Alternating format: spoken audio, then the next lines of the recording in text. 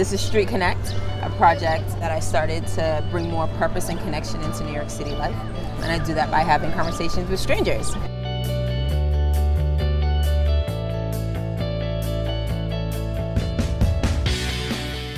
Do you live around here? Yeah, I live fairly close to here. I live on 140th Street, so we're at Yeah. 110th now. So I live like 30 blocks up and some blocks east. Of here. Yeah. Yeah, my kids used to go to school not too far on the other side of the park. Yep. We love Central Park. It's I like love such Central a gem. Park too, yes. Yeah.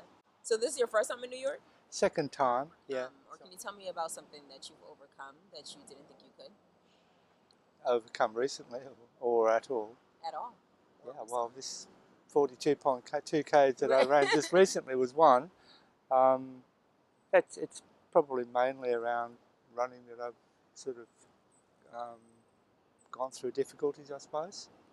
I did a run in Paris a few years ago where I was seriously in trouble at around about 30K marks, but I managed to finish. So those are my challenges nowadays. I'm retired. I don't work nowadays, so the challenges aren't that many really.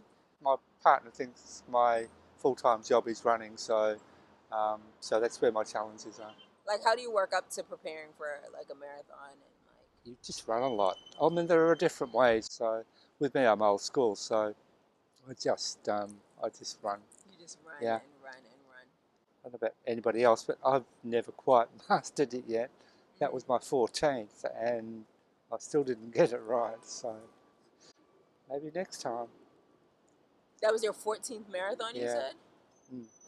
And what do you mean, like, what would mastering it look like? Or what do you feel like you still have to get? Well, with this one, I was prepared-ish. I mean, it's been a funny year. I had a prostate surgery last year, so that sort of restricted how I was training for the Right. first 6 months of the year. Right. Not because of the surgery so much, but because I had like hip pain for quite a while, so it was a bit slow getting back into it again.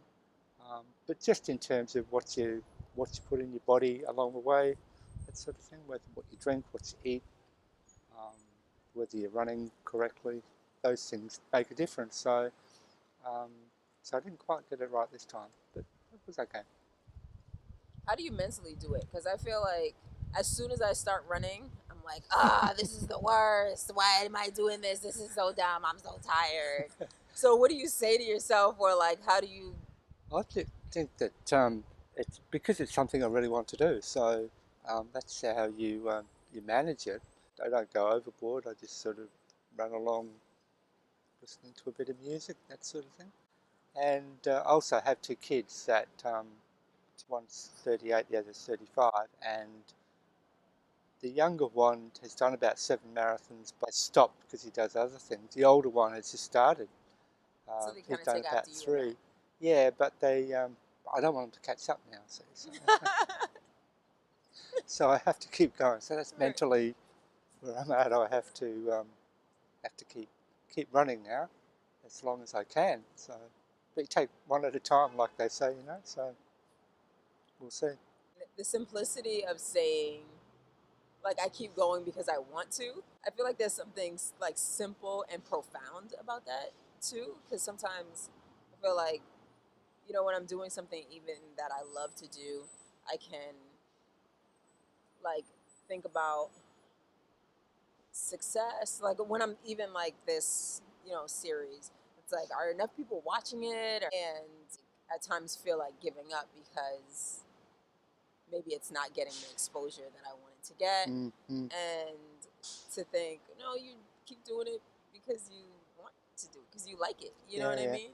Even when it's hard, and the competition, like, which is nice.